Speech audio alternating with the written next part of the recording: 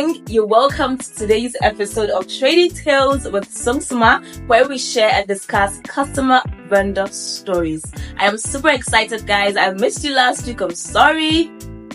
Forgive me. But today I'm back with something.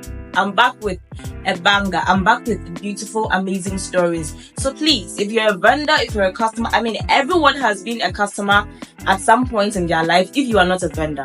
So please share with me your stories. The link in the description box or in my bio on TikTok or Instagram, wherever you find the link. And please leave a comment. Don't forget to subscribe. Don't forget to give me a thumbs up if you like the video and share my link as well. So let's get right into today's episode. Are you ready? Because I'm ready. So our very first story, I read. So Sung-Suma, my story is very short. Hey. So I'm a food vendor. I take large orders for events and other stuff. Now this story is about me and a random delivery guy. I got an order for food and pastries for 30 people. I finished with this order and gave it to a random rider I think I could trust. Took his details and gave it to the person receiving it as well.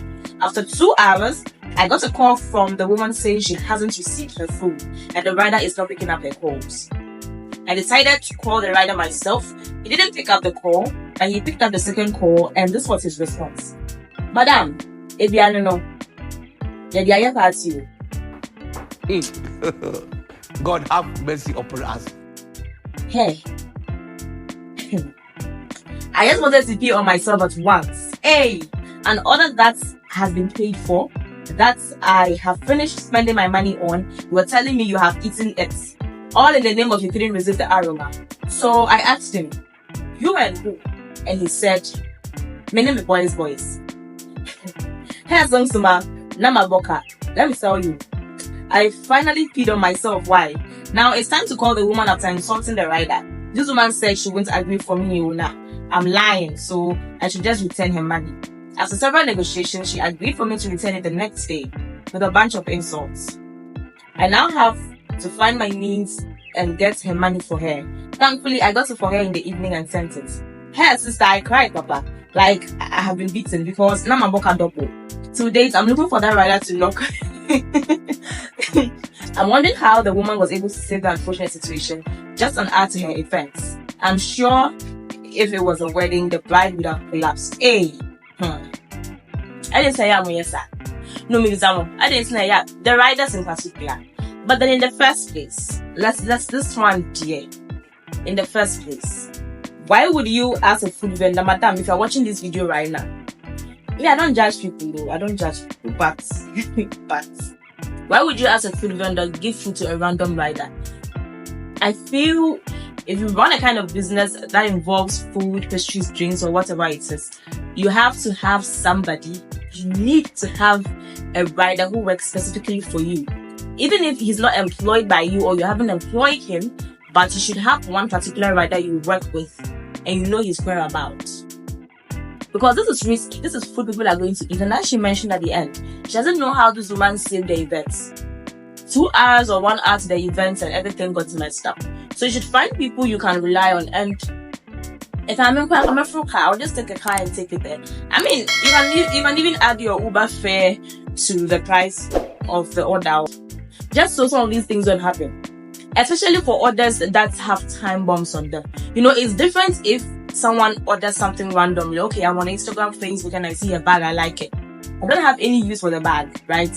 But if I need to go for an event and I'm looking for a particular dress to wear, meaning there is a time bomb on that dress. The delivery is like that, it should be sharp, quick.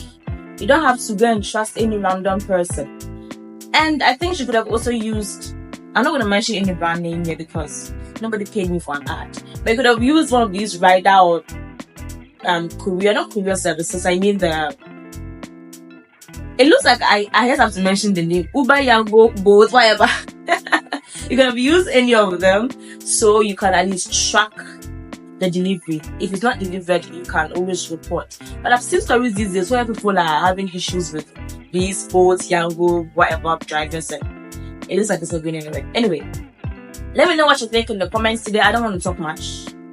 Yes, I don't want to talk much. Let me know what you think in the comments. Do you think the woman was right to have given it to a random rider she didn't know, someone she didn't trust? If you were in her shoes, what would you have done? If you're also in the shoes of the woman who was receiving the order, what would you have done? As for the rider, I leave you to God.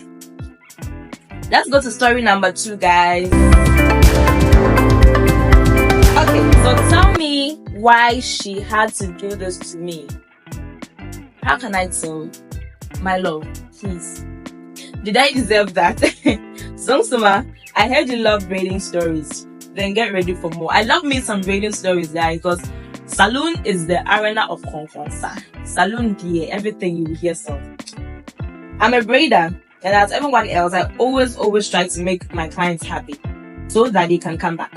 There was this day a lady walked in and showed me a hairstyle that would take hours to finish. I would have refused initially because the length was very long, hence the long hours. But she pleaded and I agreed to do it for her. Just me, no apprentice. I even gave her a glass of juice on top. Hey. No problem. And connected her to watch Netflix. From the time we started braiding till we finished. Oh my God! Wow! And our chile, Baba. No be small princess treatment. Of course, she'll come back again. Even with the price, she negotiated for a reduction, which I agreed after several hesitations. Only for this girl to steal my business phone and run away. Okay. We started somewhere 10 a.m. and finished around 8 p.m. Unfortunately, there was a power shortage just after we finished, and I wanted to assist her to get a car back home. I told her to excuse me to use the washroom before leaving the shop. I left in a haste, so I didn't check if I had any valuable on my desk, and it didn't occur to me she would steal from me. Sana, I left my business phone on the table, and the washroom too is in the shop hole. But I came out and met an empty shop. I was looking for her all over. We agreed on 250 cedis. Last, this girl left 200 cedis on my table and took my business phone away. On the achami. And there was no trace of her. She was a walk-in client, so I didn't even get her number. I was so pained there to the extent that everything around me pissed me off. Sister, if it's today that I will see the girl, I don't know. You see why some vendors are very strict with services. Nami, what did I do wrong?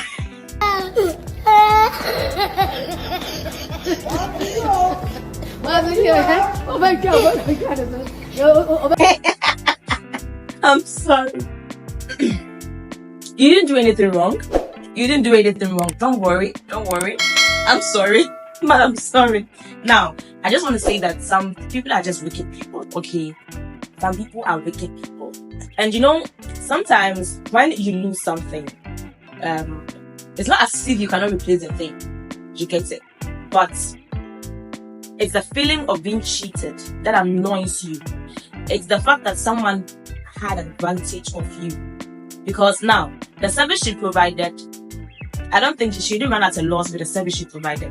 She lost her time, but I'm sure with the extensions and everything that will come in with the 250. It's not painful. She could have done that for free. But what's painful is when you feel like somebody has got the best of you, like someone has cheated you. Someone has played a trick upon, that's the right way, played a trick on you. And it's not fair. And then again, I think if you work in a space where you have people walking in and out, don't trust anybody. Okay, do not trust anybody. Your phone, whatever it is, don't trust anybody, even if it's a 10% restaurant. Hide it because people are desperate. Ghana is hard. People are looking for the least opportunity to take advantage of people. So now, let me know what you think in the comments. Do you really think the lady stole the phone or she picked it? Maybe she's a klepto. Okay, maybe she's a klepto. You don't have a condition where people pick things they don't even need.